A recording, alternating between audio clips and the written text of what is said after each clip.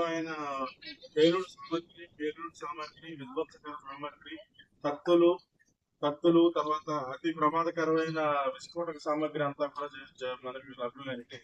తర్వాత ఇంకో వ్యక్తి మన్సూర్ వీటిలో కూడా కొంత సామాగ్రి మనకు మెన్షన్ చేసింది. బాంబ్ అనేది అంటాం మనం. ఇంప్రూవైజ్ ఎక్స్ప్లోజివ్ డివైస్ ఒక సూట్ కేసు లో ఉన్నట్టు గమనించాం. అది మాకున్న టెక్నికల్ డివైజెస్ అయ్యి పెడితే దాంట్లో సెటన్ ఎక్స్ప్లోజివ్ ఉన్నట్టు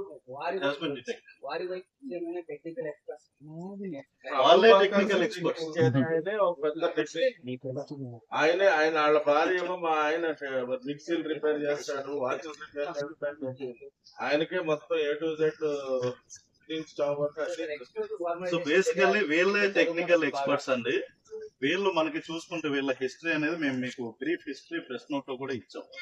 1999 ఈ టైంలో కోయంబత్తూరులో బాంబ్ బ్లాస్ట్ జరిగినప్పుడు సిమిలర్ గా వివిధ పిఎస్ అంటే మనకు వచ్చేసి చందాద్రిపేట పిఎస్ లిమిట్స్, మైలాదురై పిఎస్ లిమిట్స్,